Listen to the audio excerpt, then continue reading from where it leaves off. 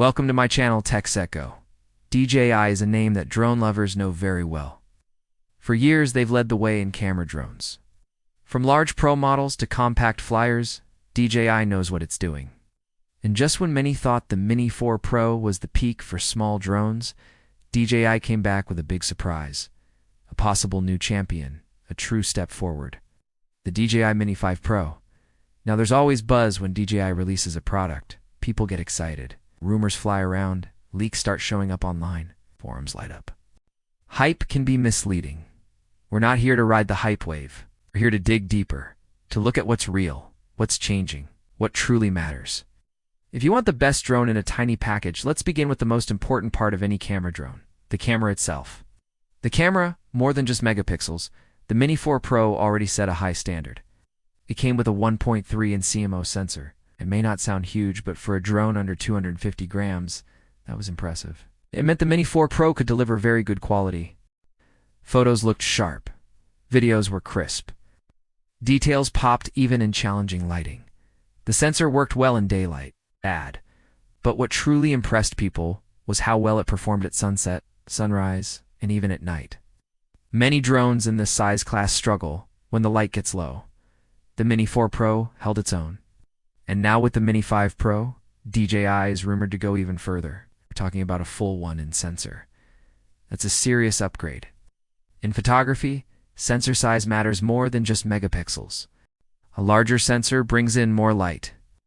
More light means more information, more detail, less noise, better color, smoother gradients, and most importantly, better results in real-world conditions. A 1-in sensor in a drone this small is a big deal. It's not just a spec bump. It's a leap in image quality. In fact, a 1-in sensor used to be something you'd only see in much bigger, more expensive drones. Now I might be packing that into something you can fit in your jacket pocket. Low light power, unlocking new possibilities. Let's talk more about light. Why does it matter? Because light is everything in photography and video. A small sensor struggles in low light. It has to boost brightness using software. It leads to grain, noise, and soft images. But a bigger sensor doesn't need to cheat. It simply gathers more natural light. And that means better results. Cleaner footage, sharper images, truer color. Picture this. You're flying just after sunset. The sky is deep blue. The city lights are starting to glow. The smaller sensor, those shots might come out muddy. No detail in the shadows, highlights blown out. But with a 1-in sensor, the story changes. Now you see texture in the sky. Details in dark rooftops.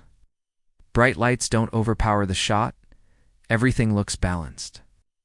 And that's not just technical. It's creative. Because when you trust your drone to perform in more conditions, you use it more. You take more risks. You get more unique footage. You tell better stories. Video resolution more than just pixels. Mini 4 Pro already supported 4K video at 60 frames per second. That's solid, smooth motion, sharp visuals. But now, leaks suggest the Mini 5 Pro might take things to the next. Level 2, 5.3K video at 30 frames per second. What's the point of 5.3K? It's not just about bragging rights, it's about flexibility. Let's say you're shooting in 5.3K, and you want to crop into the shot during editing. You want to zoom slightly or maybe reframe to adjust the composition. With 5.3K, you can do all that and still export in full 4K without losing quality. You're not just filming, you're capturing extra space to play with in post-production. And that changes how you shoot.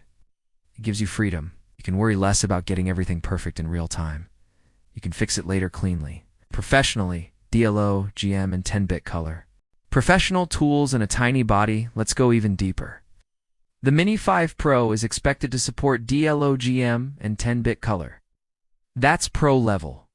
If you're not familiar, DLO GM is a flat color profile. It captures a wider range of tones. It doesn't look amazing straight out of the camera, but that's the point. It gives editors room to shape the look.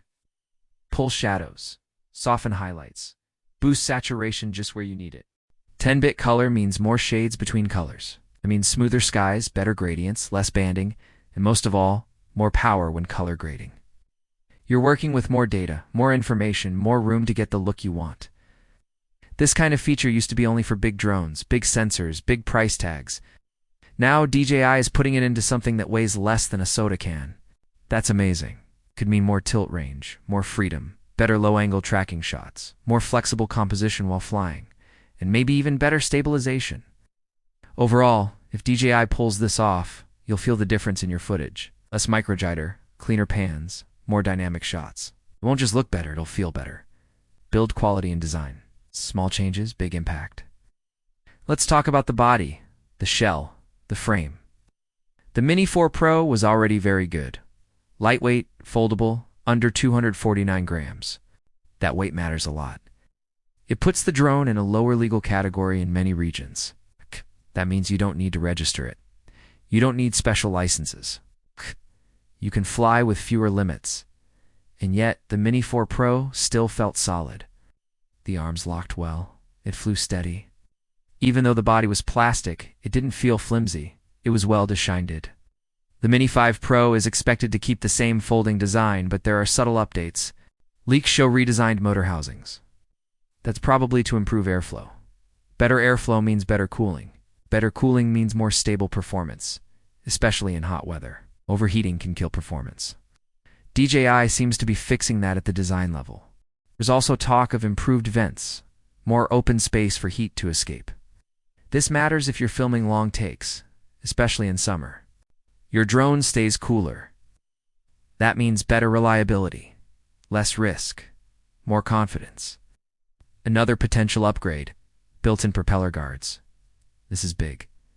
Most drones use clip-on guards. They work, but they're annoying, easy to forget, easy to lose. Built-in guards are always there. They add safety without adding bulk. This is great for new pilots, indoor flights, close quarters flying, forests, tight alleys, wherever the risk of hitting something is high. Built-in guards give you peace of mind. Despite all these changes, early leaks say the drone is still under 249 grams. That's incredible. Adding features without adding weight. That's smart engineering. Everyday use, folding, setup, and ergonomic go even deeper into the daily experience. How a drone unfolds, how the propellers lock, how the battery clicks into place. These sound like small things, but they make a difference. The Mini series is known for being fast to deploy. You pull it from your bag, pop out the arms, lock in the battery, and you're ready to go. That speed is important when the light is fading or when you need to catch a moment quickly. Every second counts.